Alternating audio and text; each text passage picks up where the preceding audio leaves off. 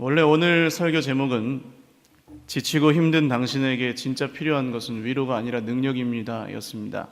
너무 길어서 거두절미하고 당신에게 진짜 필요한 것이라고 이름을 지었습니다.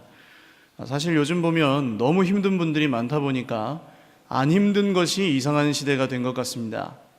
누구든지 다 힘들고 힘들지 않은 사람이 없고 전 국민의 우울증 환자가 7, 80%가 된다는 믿지 못할 그런 통계까지도 우리가 보게 되는데요. 그래서 그런지 예수님 믿어서 막 행복하다고 하면 사람들이 정말 행복한가 보다 이렇게 보는 것이 아니라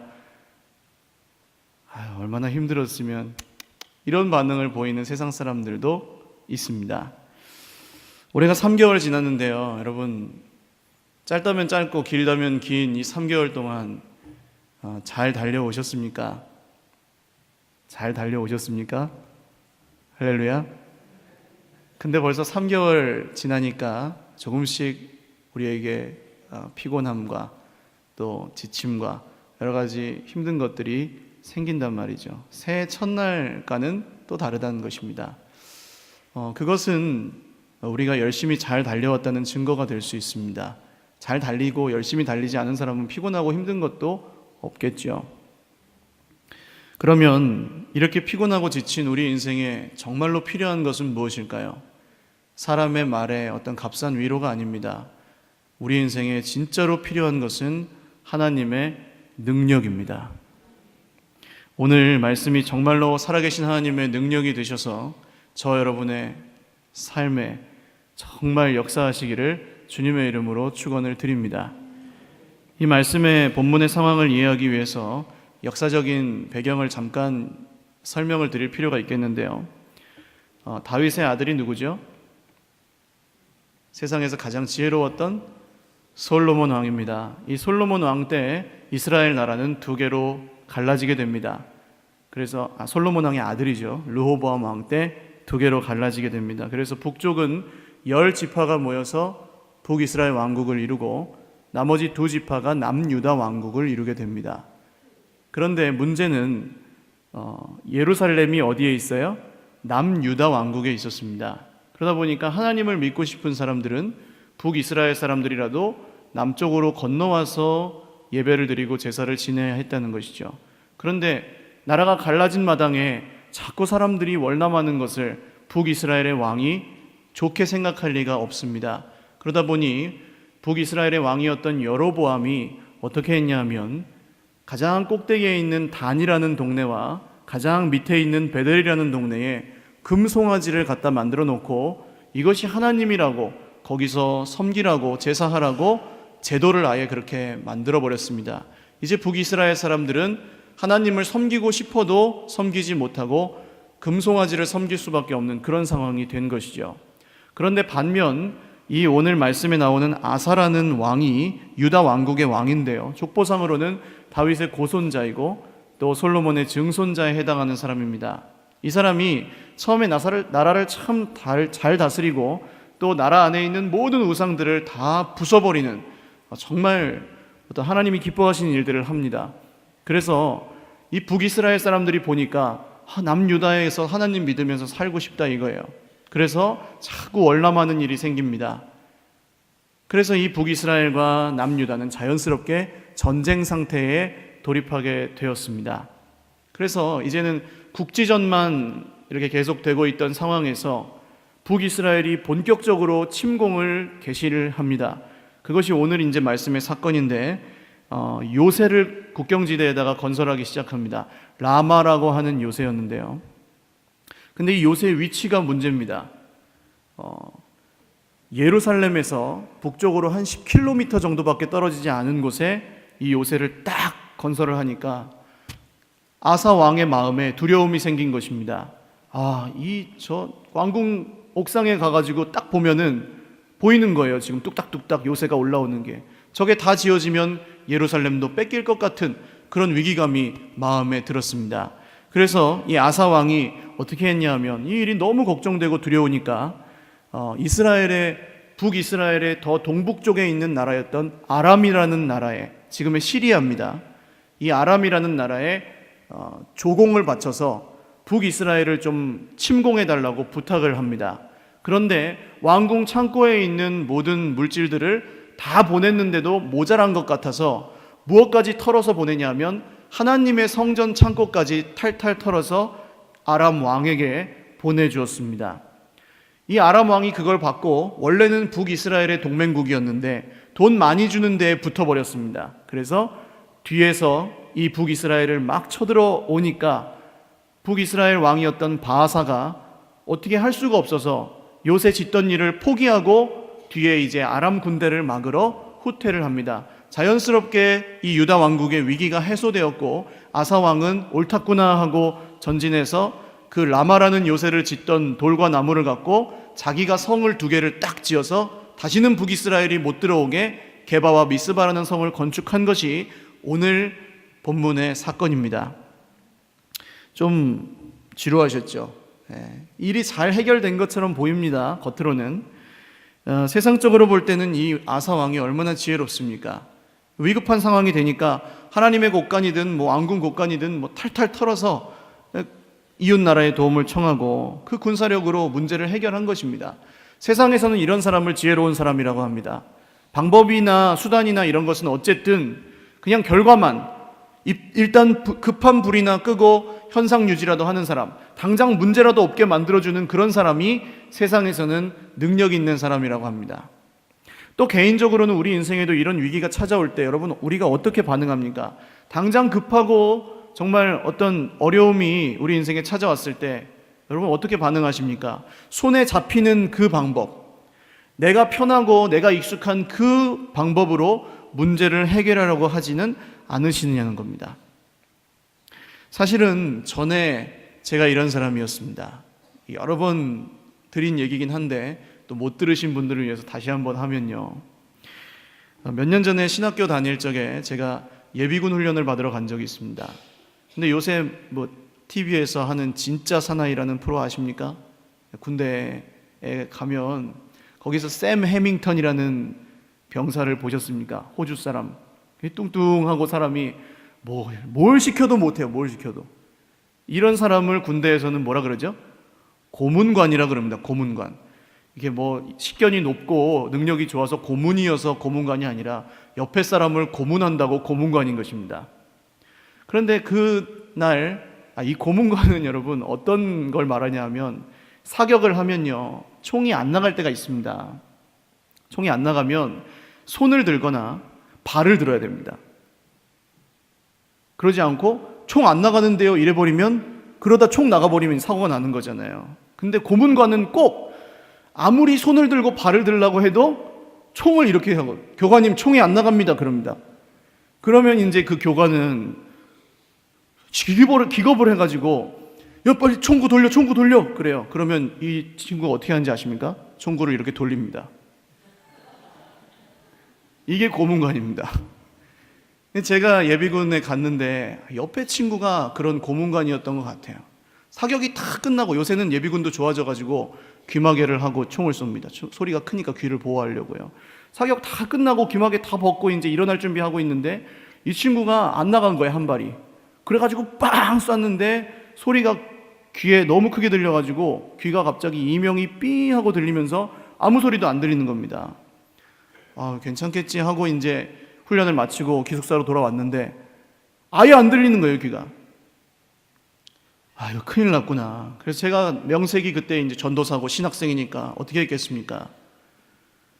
기도를 했다고 생각하시면 저를 좀 과대평가하신 겁니다. 저는 네이버에 물어보았습니다. 귀가 이렇게 안 들리는데, 총소리를 듣고 귀가 안 들리는데 어떻게 할까요? 그랬더니 답변들이 아주 절망적이었습니다. 그거 병원 가도 소용없습니다. 그거 절대로 평생 동안 안 나을 수도 있습니다.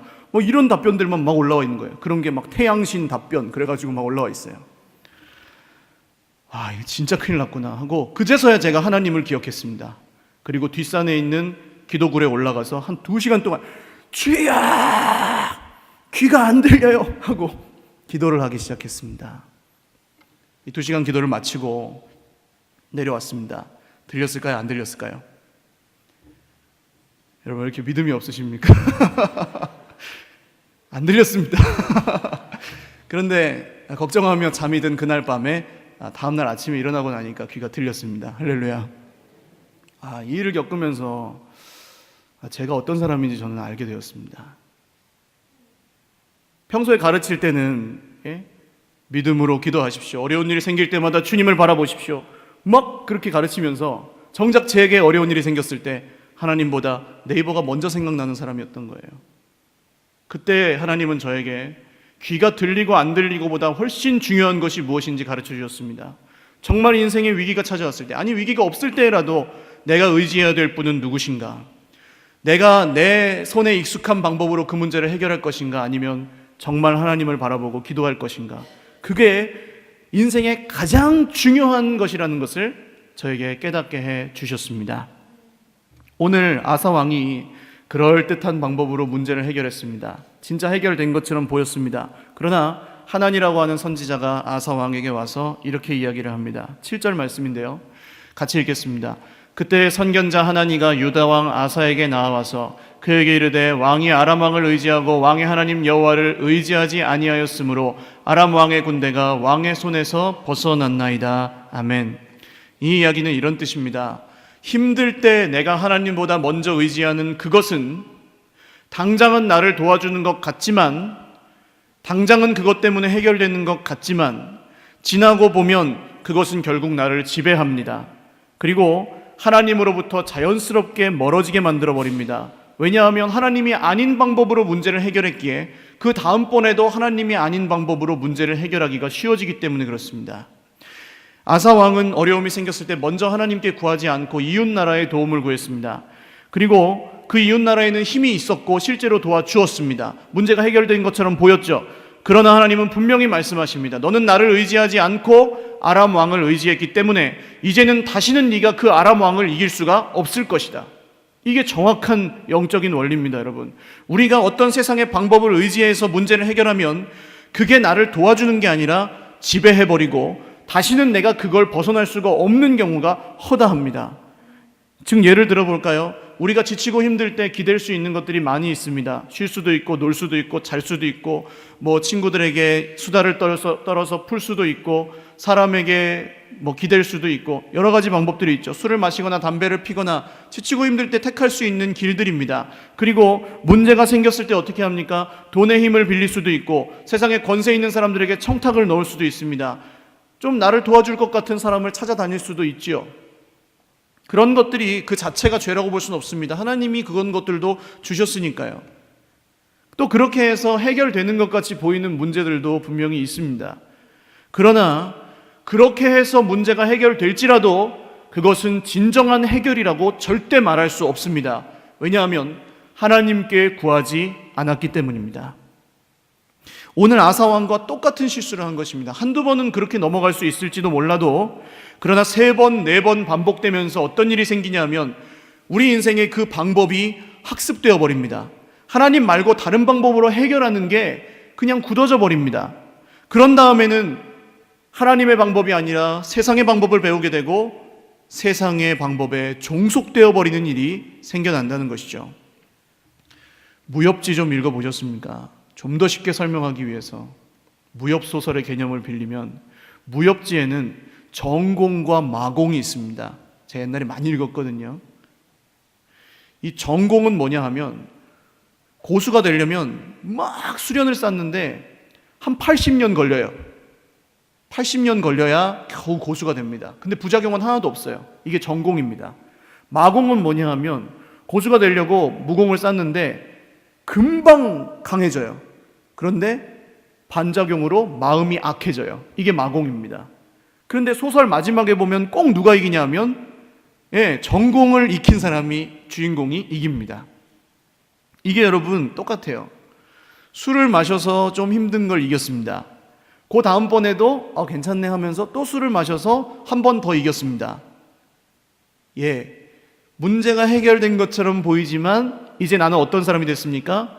하나님께 위로받기보다 술에게 위로받는 사람이 되었습니다. 또 TV를 봐가지고 조금 위로를 받고 하하하 웃으며 시름을 잊어버렸습니다. 그 다음번에도 지난주에 그거 재밌더라 하고 또 봐서 또 해결을 받습니다. 그런데 여러분, 이제는 어떻게 되었습니까? 하나님께 기도하는 시간보다 TV 보는 시간이 더 많은 사람이 되었습니다. 여러분, 돈 문제가 생겼습니다. 너무 이 돈 문제가 사람을 얼마나 힘들게 합니까? 그래서 나에게 돈을 빌려줄 수 있는 사람을 찾아다니다가 찾았습니다. 친한 친구가 그만큼 딱 빌려준대요. 아이고, 옳았구나 해서 빌려서 해결을 했습니다. 해결을 한 것처럼 보였지만 여러분, 어떻습니까? 이제 나는 어떤 사람이 됐어요? 문제가 생길 때마다, 특히 돈 문제가 생길 때마다 기도하기보다는 나에게 돈 빌려줄 사람을 찾는 사람이 되었다는 것입니다. 이게 여러분, 우리가 모르는 사이에 우리 인생에 학습되는 세상의 방법들입니다. 이 이야기를 들으면서 나는 아니라고 생각하시는 분들, 오늘 이 아사 왕이 원래 어떤 사람이었는지를 보셔야 됩니다. 8절 말씀을 한번 읽겠습니다. 구스 사람과 룹 사람의 군대가 크지 아니하며 말과 병거가 심히 많지 아니하더이까. 그러나 왕이 여호와를 의지하였으므로 여호와께서 왕의 손에 넘기셨나이다. 아멘. 이것은 역대하 14장, 바로 전전장에 나오는 사건인데요. 나중에 한번 읽어보십시오. 아사가 우상을 다 없애고 하나님을 의지하니까 하나님이 너무 도와주셔가지고 나라에 평안이 임합니다. 그리고 애써 군사를 키우거나 성을 쌓지 않아도 하나님이 다 지켜주셔서 전쟁이 없습니다. 그런 나라가 유다 왕국이었거든요. 그런데도 군사가 몇 명이었냐 하면 58만 명이었습니다. 58만 명이요. 놀라지도 않으시네요. 여러분, 남한 군대가 지금 58만 명 정도 된대요. 근데 이 조그만 나라, 아무리 넓게 봐도 우리 남한의 4분의 1도 안 되는 그런 나라에, 그것도 옛날 나라에 군대가 58만이라는 것은 기적입니다. 말도 안 되는 일이에요. 지금 우리 60만 군대를 유지하는데 얼마가 들어가는지 아십니까, 여러분? 몇십조가 들어가요. 그런데 그것을 이 조그만 나라가 그 당시에 유지했다는 건 말도 안 되는 일인 겁니다. 하나님이 그렇게 축복해 주신 거죠. 그런데 문제가 생깁니다. 아프리카 쪽에서 아프리카 연합군 100만 명이 쫙 쳐들어와요. 그게 구스 사람과 룹 사람의 군대입니다. 쫙 밀고 올라오니까 이 100만 명이니까 58만 명 데리고 있는 이 아사 왕이 싸우러 나갑니다. 그래도 해볼만 하잖아요. 아예 없으면 모르지만 58만 명이나 되고 또 큰 용사들이라고 성경에 기록되어 있습니다. 58만 명이. 그래서 이제 딱 진을 쳐놓고 서로 양군이 대치했습니다. 이런 상황이면 여러분, 남자는 그렇습니다. 뒤에 따르는 부하들이 있고 이렇게 있으면 이 말을 한번 해보고 싶습니다. 어떤 말이냐? 돌격 앞으로, 아니면 나를 따르라. 이제 아사가 그렇게 해야 되는 상황이에요. 그래야 이제 군대 사기도 올라가고 그런 상황입니다. 근데 이 아사가 어떻게 했는지 한번 보십시오. 역대하 14장 10절에서 11절인데요. 같이 한번 읽어보겠습니다. 아사가 마주 나가서 마레사의 스바다 골짜기에 전열을 갖추고 아사가 그의 하나님 여호와께 부르짖어 이르되 여호와여, 힘이 강한 자와 약한 자 사이에는 주밖에 도와줄 이가 없사오니 우리 하나님 여호와여, 우리를 도우소서. 우리가 주를 의지하며 주의 이름을 의탁하옵고 이 많은 무리를 치러 왔나이다. 여호와여, 주는 우리 하나님이시오니 원하건대 사람이 주를 이기지 못하게 하옵소서 하였더니 아멘. 아니, 싸울 준비 다 해놓고 58만 명의 부하들이 명령을 기다리고 있고 100만 명의 군대가 앞에 있는데 한다는 얘기가 거기서 손들고 기도하고 있는 거예요. 하나님, 주밖에는 도와주실 분이 없사오니 도와주시고 이기게 하여 주옵소서. 여러분, 오늘날 군대에 전쟁에서 이런 대장이 있으면 어떻게 됩니까? 즉시 잘립니다. 총살이면 총살. 그리고 부하들이 어떻게 생각합니까? 믿으려면 지나 믿지, 왜 우리까지 죽게 지금 전쟁해야 되는 이 위급한 시기에 기도나 하고 있나, 이렇게 생각할 거 아닙니까? 그런데 이 아사의 믿음을 보십시오. 앞에는 100만 군대, 뒤에는 나를 따르라 사기를 올려줘야 되는 그 군사들을, 부하들을 뒤에 두고 거기서 하나님 앞에 158만 명 앞에 손을 들고 기도하였습니다. 여러분, 이게 얼마나 위대한 믿음입니까? 아사가 원래 이런 사람이었다니까요. 여러분, 이게 이해가 가십니까? 아마 기도를 하시는 분들은 왜 아사가 이렇게 했는지 이해가 가실 겁니다. 기도만 하면 뭐하냐고 말하는 분들이 종종 있습니다. 삶으로 드러내야지, 행동을 해야지. 예, 맞는 말씀입니다. 그러나 저는 되묻고 싶습니다. 기도하지 않고서 뭘 제대로 할 수가 있습니까? 우리 인생에 정말로 기도하지 않고서, 하나님께 구하지 않고 묻지 않고서 정말 제대로 된 일이 하나라도 있는지 여러분 한번 생각해 보시기를 바랍니다. 진지하게 한번 생각해 보십시오. 그리고 여러분, 그게 만약에 된 것 같아도 그건 모래성에 불과합니다. 하나님이 주셨다는 확신이 없으면 그건 인생의 파도 한번 촥 치면 그냥 끝날 거예요. 건강합니까? 여러분, 오늘 우리에게 무슨 육체의 질병이 생길지 우리가 어떻게 합니까? 돈이 많으십니까? 여러분, 오늘 밤에 주님이 우리를 데려가시면 어떻게 되겠습니까? 이런 것들은 다 그냥 모래성에 불과해요. 기도하지 않고 하나님이 주신 것이 아닌 내 손으로 내 힘으로 세상의 방법으로 이룬 어떤 것들이라도 그것은 그냥 모래성에 불과하다는 것입니다. 내 손에 힘이 있어도 여러분, 나에게 해결 방법이 있어도 하나님께 먼저 무릎 꿇고 구하는 것이 바로 진짜 믿음입니다. 할렐루야. 그런데 보세요. 아사가 이런 믿음이 있는 사람이었어요. 그래서 하나님께 기도했더니 하나님이 어떻게 하셨냐면 하나님이 직접 아프리카의 100만 대군을 치시는데 아사와 이스라엘 군대는 아무것도 안 하고, 이 유다 군대는 아무것도 안 하고 하나님이 치시고 지나가니까 뒤를 따라가면서 그들이 남긴 물자들과 무기들만 쏙쏙 주워 먹으면 되는 그런 전쟁을 했습니다. 이게 14장 내용이에요. 얼마나 쉽습니까? 하나님이 기도하는 인생에게 주시는 축복이 바로 이런 것입니다. 할렐루야. 처음에는 여러분, 저도 새벽마다 기도하는 게 너무 힘들었습니다. 이 늦게 자고 일찍 일어나는 거가 피곤하기도 하고, 또 낮에 뭐 쉬는 것도 아니고 계속 일도 해야 되고 신방도 해야 되고 뭐 설교 준비도 해야 되고 뭐 할 게 많으니까요. 막 분주한 거예요. 또 마음에 설교를 잘하려면 성경이라도 한 자 더 보고 책이라도 좀 봐야 되는데 그런 마음이 기도하고 앉아 있으면 되나 이런 생각도 들고요. 기도가 어려운 겁니다. 그러니까 맨날 졸립고 새벽에 나가서 뭐 그냥 졸다 올 때도 있고, 오늘은 기도하지 말고 그냥 예배만 드리고 가자, 뭐 그러고 그냥 갈 때도 있고. 그래도 안 나갈 수 없었던 이유는 뭐냐? 제가 안 나가면 예배를 못 드리니까. 예? 그래가지고 나가서 설교를 하고 올 때도 많았습니다.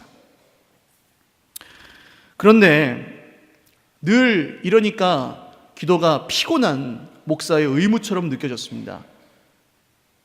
목사님이 되려고 하시는 분들이 나는 돈 없어도 되고 뭐 바빠도 되고 힘들어도 되고 내 목숨까지 다 바칠 수 있는데 한 가지 못하는 것이 뭐냐 하면 새벽에 일어나는 거 못해가지고 목사 못하겠다 하신 분 되게 많아요.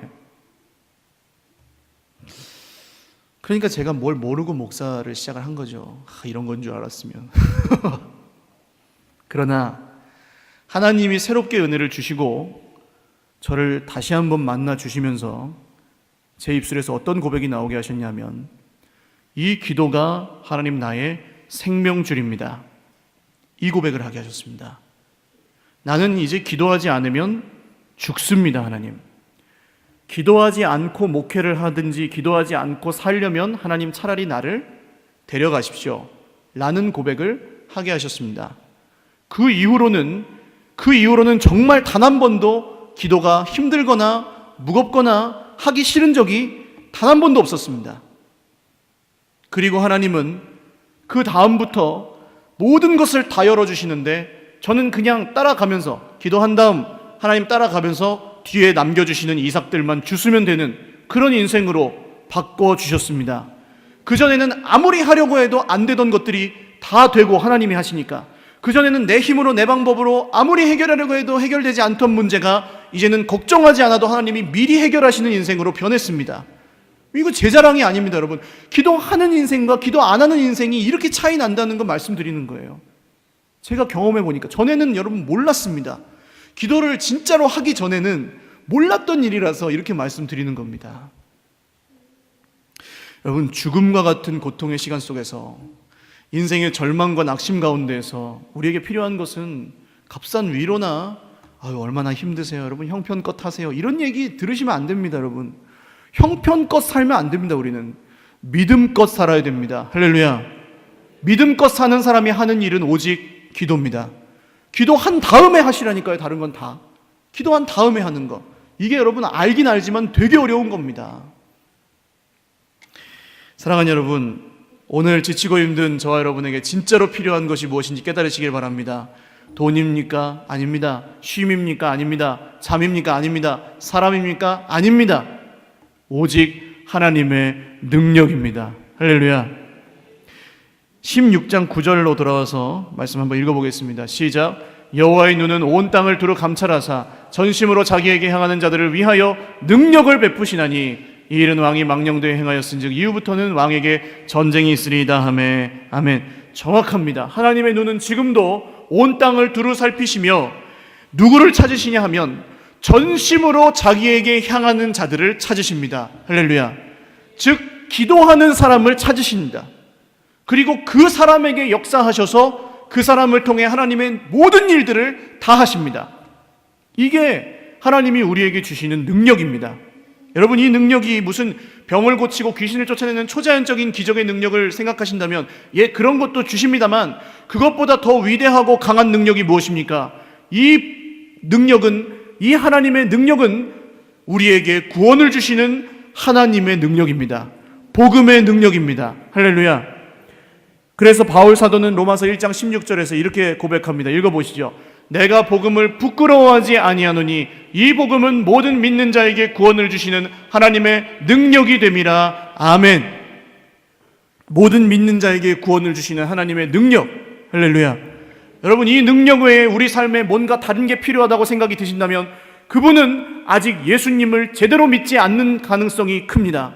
구원을 주시는 하나님의 능력, 여기로부터 모든 게 다 시작되고 이 능력을 받은 그 사람으로부터 모든 기도가 시작이 됩니다. 여러분, 다른 기도는 이 능력을 경험하기 전에는 아무 소용이 없는 기도입니다. 정말 그 정도까지 얘기할 수 있는 것입니다. 사랑하는 여러분, 전심으로 하나님을 찾으십시오. 할렐루야. 그리고 모든 사람에게 구원을 주시는 이 하나님의 능력, 복음, 예수 그리스도의 십자가를 체험하고 경험하시기를 주님의 이름으로 축원을 드립니다. 여러분, 지금까지도 많은 논쟁거리가 되고 있는 주제가 하나 있는데 천국에 올라가면 상이 있냐 없냐 이겁니다. 지금 오늘날까지도 굉장히 첨예한 대립입니다. 왜냐? 답이 없어요. 갔다 온 사람이 없으니까. 그래서 어떤 분들은 천국에 가면 상이 있다고 생각하시는 분들은 천국에 가면 기와집도 있고 초가집도 있고 개집도 있고, 그래서 나는 아무리 봐도 내 공로로 봐가지고는 이 개집 살 것 같으니까 좀 믿음 좋은 분들한테 잘 보이려고, 나중에 기와집에 방 한 칸 얻어서 살려고 그렇게 하시는 분들도 있습니다. 이렇게 생각하시는 분들은 가르치는 것도 어떻게 가르치냐면 구원은 믿음으로 받고 상급은 행함으로 받는다, 이렇게 아주 명쾌하게 딱딱 떨어지게 가르칩니다. 되게 이해하기는 쉽죠? 근데 진짜 그럴까요, 여러분? 그리스도의 십자가를 믿고 그 구원의 감격을 깨달은 사람이, 얘기는 들으셨죠, 여러분? 감옥에 갇히고 핍박당하고 왕따를 당하고 죽음까지 당할지라도 그 사람이 그 순간 죽을 때 주여 저 나를 죽이는 저 사람들을 용서하여 주옵소서, 저들이 하는 일을 알지 못하기 때문입니다 라고 웃으며 기뻐하며 죽을 수 있는 그 이유가 무엇입니까? 천국의 기와집 때문에 그럴까요? 절대로 아닙니다. 그 사람의 인생은 전심으로 하나님을 찾는 인생이 되어서 이제는 다른 어떤 것 없어도 예수 그리스도만으로 만족하는 인생이 되었기에 그렇게 고백할 수가 있는 것입니다. 그 사람에게 여러분 천국에 기와집이 있다고 할지라도 그 기와집이 무슨 소용이 있습니까? 하나님 품에 안겨서, 우리 주님 품에 안겨서 마지막 날에 잘했다, 고생 많았다, 힘들었지 등 한번 두드려 주시면 그게 다예요. 하나님, 나 주님만 만나면, 주님만 있으면 나에게 아무런 부족한 것이 없습니다. 이런 고백을 할 수 있는 사람으로 만들어 주신다는 것입니다. 이 땅에서도 전심으로 하나님을 향하여 찾고 구하는 그 사람에게 천국의 능력을 주신다고 하는 것입니다. 그래서 누가복음 17장 20절 21절 말씀에 이렇게 나옵니다. 같이 읽어보시죠. 바리새인들이 하나님의 나라가 어느 때에 임하나이까 묻거늘 예수께서 대답하여 이르시되 하나님의 나라는 볼 수 있게 임하는 것이 아니요 또 여기 있다 저기 있다고도 못하리니 하나님의 나라는 너희 안에 있느니라. 할렐루야. 이런 사람의 안에 하나님의 나라가 있는 겁니다. 할렐루야. 천국이 보이지 않게 온다는 뜻이 뭡니까? 예수 그리스도를 믿고 구원받은 하나님의 백성의 삶이 변화되고 달라지고 또 회복돼서 하나님의 능력으로 살아가는 하나님의 백성의 삶이 되면 그 인생 자체가 하나님의 나라입니다. 할렐루야. 부족할 게 없어요. 세상이 줄 수 없는 평안이 있어요. 아무것도 없어도 소망이 넘쳐요. 나쁜 일만 있어도 기뻐요. 이게 하나님의 사람입니다. 그래서 이 나라의 백성은 그 나라가 비록 보이지 않고 만져지지 않을지라도 그 나라를 증거합니다. 왜냐? 내가 받았기 때문입니다. 내가 느끼기 때문입니다. 내가 그런 삶을 살기 때문입니다. 이게 복음에 붙들린 사람의 능력, 하나님의 백성에게 주시는 하나님의 능력입니다. 그래서 고린도전서 4장 20절에 바울이 이렇게 얘기합니다. 같이 읽죠. 하나님의 나라는 말에 있지 아니하고 오직 능력에 있습니다. 할렐루야. 여러분, 이 능력을 하나님께 받으시기를 주님의 이름으로 축원을 드립니다. 사랑하는 여러분, 하나님 나라를 이렇게 경험하고 이 능력으로 사는 인생이 되길 원하신다면 기도를 하십시오. 뭐 갑자기 새벽기도, 수요예배, 금요예배 다 나오시라는 그런 말 아니에요. 지난주보다 한 번 더 예배하고 기도하십시오. 어제보다 오늘 1분만 더 기도해 보십시오. 제가 지지난주에 너무 기도하다가 낙심이 되고 제 모습에 실망이 돼서 하나님, 목사라고 하면서 어떻게 이렇게 삽니까? 주님, 이 한 몸뚱아리에 죄악도 이기지 못해서 이렇게 늘 회개 기도밖에 할 게 없으니 주님 나를 불쌍히 여겨 주옵소서라고 기도하고 있을 때 주님이 저에게 감동하신 것이 있습니다. 얘야, 네가 그 모양 그 꼴인 건 모르고 내가 구원하였느냐? 네가 그렇게 믿음 없는 건 모르고 내가 너를 불러서 쓰겠느냐? 그러나 이전에는 네가 그걸 가지고 고민하지도 않고 그것 때문에 힘들어하지도 않고 그 죄랑 싸울 생각도 하지 않았었는데 이제는 네가 그거랑 싸우고 있다는 사실만으로도 내가 너무나 기쁘구나. 여러분, 이겁니다. 오늘 당장 완벽해지는 거 아닙니다. 그러나 어제보다 오늘 싸우고 주님 바라보고 더 주님을 붙들고 절망과 낙심 가운데 일어나 기도하기 시작하면 하나님이 기뻐하시고 능력을 허락해 주십니다. 아사 왕이 이 능력을 잃어버린 이유는 오직 단 한 가지, 기도하는 무릎을 잃어버렸기 때문입니다. 12절 말씀 읽겠습니다. 아사가 왕이 된 지 39년에 그의 발이 병들어 매우 위독했으나 병이 있을 때 그가 여호와께 구하지 아니하고 의원들에게 구하였더라. 아멘. 그 158만 명 앞에서 기도했던 그 사람이 이 세상의 방법들이 학습되고 자기 힘으로 해결할 수 있는 게 많아지는 것 같으니까 기도하지 않습니다. 이제는 그러니까 어떻게 해요? 인생의 절망적인 문제 앞에서도 기도를 못하는 겁니다. 여러분, 이게 얼마나 무서운 겁니까? 하나님의 백성이 기도를 안 하는 걸 오늘 뭐라고 표현합니까? 망령되다. 이거 바보 같다는 말입니다. 바보같이 행동하다, 그런 뜻입니다. 망령되다. 기도하던 사람이 기도를 안 하는 건 뭡니까? 망령된 행동입니다. 여러분, 이걸 아셔야 됩니다. 기도는 날마다 더 깊어지고 더 많이 하셔야 되는 그리스도인의 특권이고 사명입니다. 사랑하는 여러분, 지치고 힘든 우리에게 정말로 필요한 것이 무엇인지 오늘 확실히 아시기를 바랍니다. 사람이 위로해주고 알아주고 이거요, 집에 가면 하나도 없습니다. 아무리 막 떠받들어줘도 집에 가면요, 혼자 자리에 누우면요, 죽음과 같은 절망이 다시 찾아옵니다. 그때 어떻게 하실 겁니까? 하나님께 매달리시기를 주님의 이름으로 축원을 드립니다. 다른 데서 위로를 찾지 마십시오. 하나님의 능력이 이미 약속되어 있는데 왜 값싼 위로로 세상을 살아가려고 하십니까? 하나님의 능력, 오직 기도하는 사람에게 주시는 그 능력을 체험하시고 경험하시고 그 능력에 온전히 붙들림 바 되어서 아무런 부족함이 없는 인생을 사시기를 주님의 이름으로 축원을 드립니다. 말씀 맺으려고 하는데요, 오늘 마지막 함께 부르고 기도할 찬양이 너는 내 아들이라 라는 찬양입니다. 군대에서 굉장히 많이 부른 찬양인데요, 군대 얘기를 시작했으니까 군대 얘기로 끝내겠습니다. 군대에서 지치고 힘들 때가 많거든요. 그래서 진짜 사나이 보시면 여군 특집 보셨습니까? 거기서 이제 여자 병사들이, 연예인들이 들어간 지 한 이틀밖에 안 됐는데 막 울고불고 난리가 났어요. 아니, 한 2달 정도 됐으면 이해가 가요, 힘들다고 하는 게. 근데 들어간 지 이틀 됐는데 막 울고불고 막 엄마 하면 난리가 났어요. 그런데요, 군대가 그런 곳입니다. 들어간 지 일주일만 돼도요, 세상에 진짜 나 혼자밖에 없는 것 같고 되게 서럽고 엄마 보고 싶고 그런 곳이 군대예요. 저도 군대를 갔는데 처음에 한 일주일 지나고 얼마나 이게 참 서글프던지 교회를 이렇게 척척척 주일이 되어 갔습니다. 근데 이 산등성이를 넘어가지고 교회 십자가 꼭대기가 딱 보이는 거예요. 꼭대기가. 그 십자가 꼭대기만 보이는데도 막 눈물이 나는 거예요. 아니, 뭐 한 1년 정도 됐으면 뭐 그렇다 치는데 들어간 지 일주일 됐는데 그 십자가 보니까 막 눈물이 나더라고요.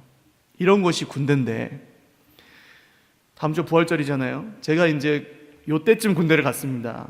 그래가지고 부활절에는 여러분 아실 것이 군대에서 절에서도 간식을 줍니다. 예수님의 부활을 감사하며 절에서 병사들에게 간식을 줍니다. 왜냐하면 교회에서 주니까 안 주면 다 뺏기잖아요. 그래가지고 절에서 간식을 막 주니까 교회에서도 질 수 없다 하고 막 그냥 우리는 원조니까 제대로 주자 하고, 그 전주에 종료주일 이때 목사님이 장병들에게 광고를 쫙 합니다. 다음 주 간식은 햄버거! 그러면은 이 군대리야만 먹던 장병들이 우와! 하고 주님 오신 것 같이 좋아합니다. 그리고 막 아이스크림 그럼 또 와! 그러고 콜라 하면 또 와! 그러고, 이제 그런 것이 군대인데, 다음 주에 부활절이라 그거 준다고 친구 한 명을 데리고 갔습니다. 제가 안 믿는 친구인데 동기 한 명을 데리고 간 거예요. 그래가지고 이제 그날 이 찬양을 불렀습니다. 힘들고 지쳐 낭망하고 넘어져 너는 내 아들이라, 막 찬양을 뜨겁게 하는데, 아니 이 친구가 우는 거예요. 안 믿는데 찬양하면서. 그래서 난 진짜 하나님 살아계시구나, 성령이 이 친구의 마음을 이 찬양 하나로 뒤집으셨구나, 막 은혜를 받고 있었는데요. 너는 내 아들이라 하면서 이 친구가 그 뒤에 작은 추임새로 엄마 하는 겁니다. 엄마 생각이 났나 봐요. 여러분, 지치고 힘들 때 누구든지 어머니가 생각나게 되어 있습니다. 찬양팀 나오세요. 그러나 여러분, 그리스도인은 지치고 힘들 때 진짜 생각나야 되는 분이 따로 있습니다. 예수님입니다. 오늘 여러분의 인생이, 여러분 3개월밖에 안 됐지만 올해 쓸 모든 에너지를 다 쓰셨을 수도 있어요. 그래서 지치고 힘들고 피곤하실 수도 있습니다. 그러나 그때 주님을 생각하시고 기도하라고 하시면 기도해 보십시오. 그리고 그 말씀대로 약속대로 이루시는 주님, 그 주님을 만나시기를 바랍니다. 같이 찬양하고 기도하겠습니다.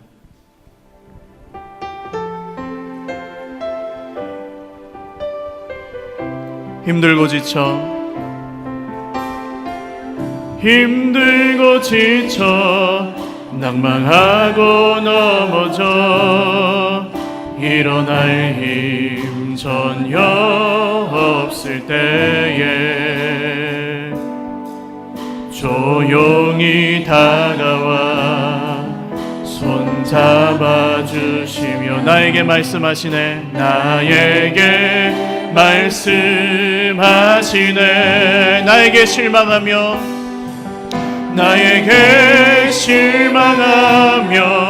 내 자신 연약해 고통 속에 눈물 흘릴 때에 못 자국난 그 손길 눈물 닦아주시며 나에게 말씀하시네, 너는 내 아들이라. 아멘. 너는 내 아들이라. 오늘날 내가 너를 낳도다. 너는 내 아들이라. 나의 사랑하는 내 아들이라. 한 번 더 찬양하겠습니다. 힘들고 지쳐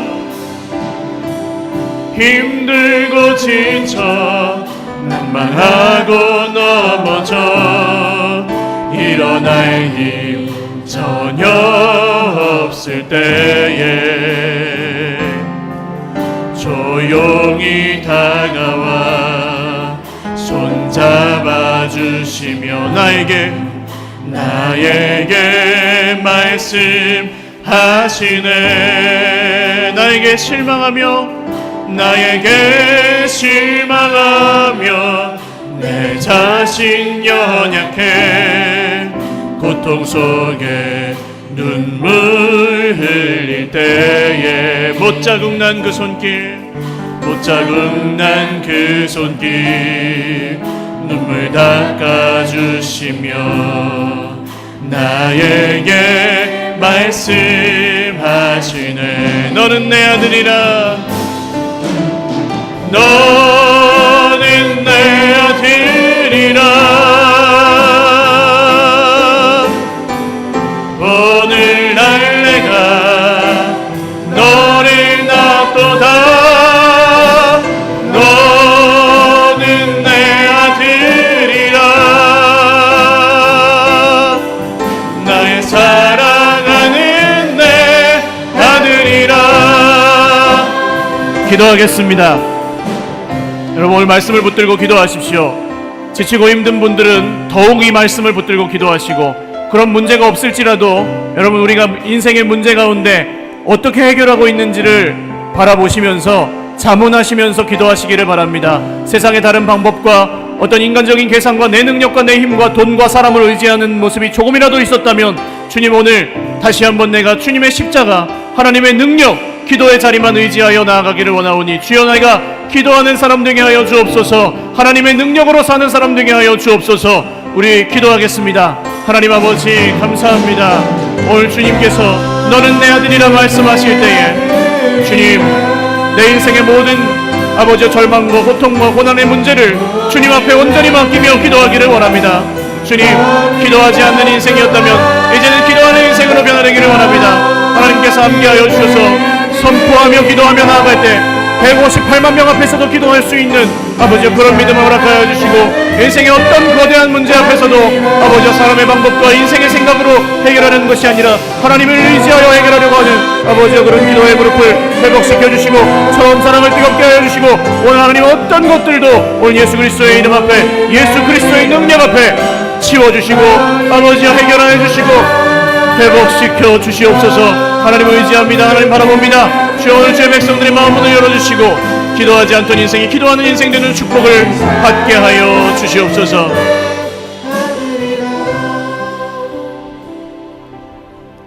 존귀하신 하나님, 감사합니다. 우리 인생의 모든 문제를 주님 앞에 올려드렸습니다. 내 힘으로, 내 생각으로, 세상의 방법으로 해결하려고 할 때 점점 더 지칠 수밖에 없고 피곤할 수밖에 없었습니다. 기도해야 된다는 것을 알면서도 주님께 의지하지 아니하고 주님 앞에 다 온전히 맡기고 신뢰하지를 못하고 여전히 붙들고 있었던 것이 있다면, 오늘 기도의 무릎 앞에 다 내려놓게 하여 주시고 주님의 십자가를 붙들게 하여 주시옵소서.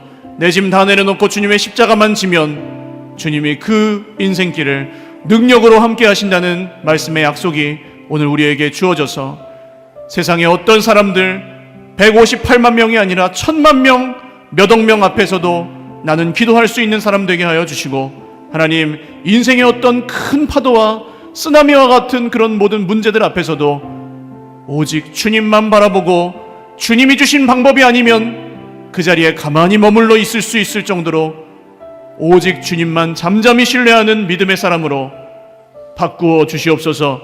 기도하지 않는 인생이었다면 이제는 기도하는 인생으로 바꾸어 주시고, 기도하다가 그 기도를 잃어버린 인생이 되었다면 주님 다시 그 기도가 회복되게 하여 주시며, 기도가 무엇인지 알지 못하는 인생이라면 기도가 무엇인지 능력 가운데 알려주시옵소서. 감사하옵고 축복하오며 예수님의 이름으로 기도 올리옵나이다. 아멘.